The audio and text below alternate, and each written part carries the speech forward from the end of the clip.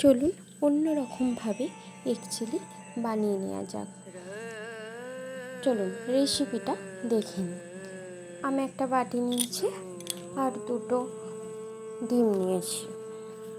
বাটিটা ভালো করে একটু সর্ষের তেল মাখিয়ে নেব।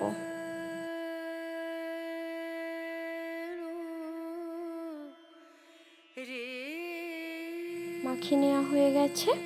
এবার আমি দুটো ডিম ফাটিয়ে একটু লবণ, একটু গোলমরিচ গুঁড়ো, একটু হলুদ গুঁড়ো আর একটু লঙ্কা গুঁড়ো দিয়ে ভালো করে ফাটিয়ে নিয়ে ডিমটা বাটিটায় রেখে দেব।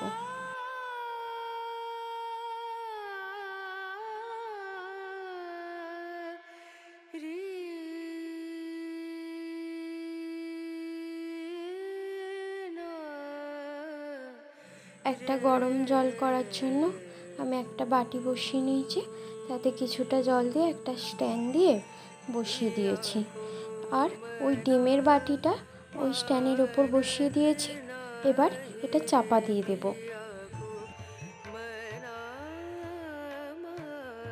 কয়েক মিনিট পর চাপা দিয়ে খুলব। একদম ফুলে গেছে, দেখতেই পাচ্ছেন। এবার একটা কাঁটা চামচের দিয়ে দেখব যে কাঁটা চামচের গায়ে লেগে যাচ্ছে কিনা। ঠান্ডা করে নিয়ে আমি এটা পিস পিস করে কেটে নিচ্ছি।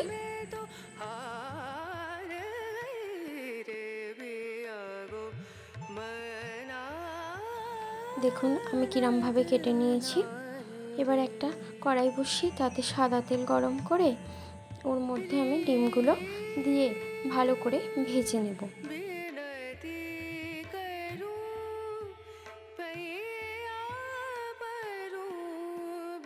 এখানে আমি এক চামচ মতো আদা কুচি, রসুন কুচি আর 4টে কাঁচা লঙ্কা নিয়েছি। এখানে আমার ডিমগুলো ভাজা হয়ে গেছে, এবার তুলে নেব।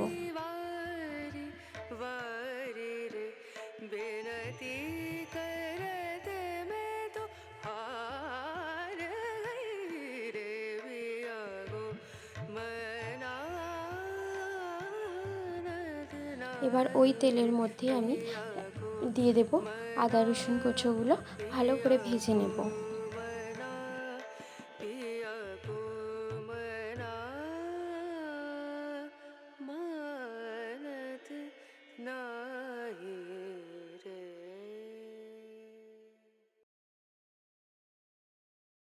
ভালো করে ভাজা হয়ে গেছে।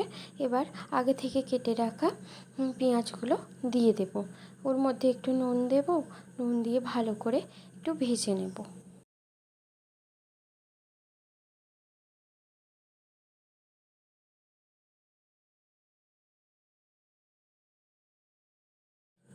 একটু ভাজা হয়ে গেছে। এবার কেটে রাখা ক্যাপসিকামগুলো দিয়ে দেব, দিয়ে একটু ভালো করে ভেজে নেব। দিয়ে দেব আগে থেকে কেটে রাখা কাঁচা লঙ্কাগুলো।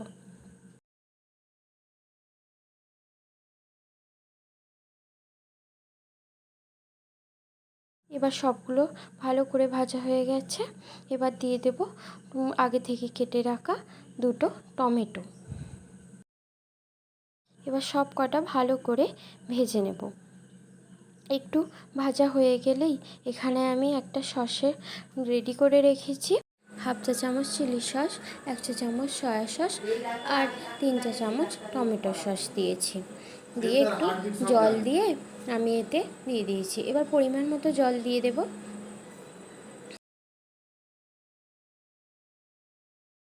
এবার একটু চাপা দিয়ে ভালো করে ফুটিয়ে নেব।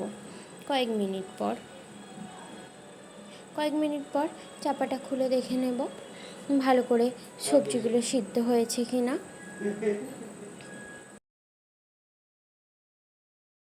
এখানে আমি দিয়ে দেব 2 চামচ কর্নফ্লাওয়ার জলেতে গুলেছি। জলে গুলে এবার আমি এটা দিয়ে দেব, ভালো করে ফুটিয়ে নেব। দেখতেই পাচ্ছেন ভালো করে ফুটছে। এবার এতে আমি কিছুটা গোলমরিচ গুঁড়ো দিয়ে দেব। এরকম টাইট মতো হয়ে আসবে। তখনই আমি দিয়ে দেব আগে থেকে ভেজে রাখা ডিমগুলো, দিয়ে ভালো করে একটু নেড়েচেড়ে ভালো করে ফুটিয়ে নেব। একটু ফুটে গেছে, এবার একটু টাইট মতো হয়ে গেলেই আমি গ্যাসের ফ্লেম অফ করে দেব। দেখুন টাইট মতো হয়ে গেছে। এবার একটা পাত্রে ঢেলে নিয়েছি, ঢালার পরে এটা রুটি বা রাইসের সঙ্গে সার্ভ করুন এবং খেয়ে বলুন বাহ কি স্বাদ।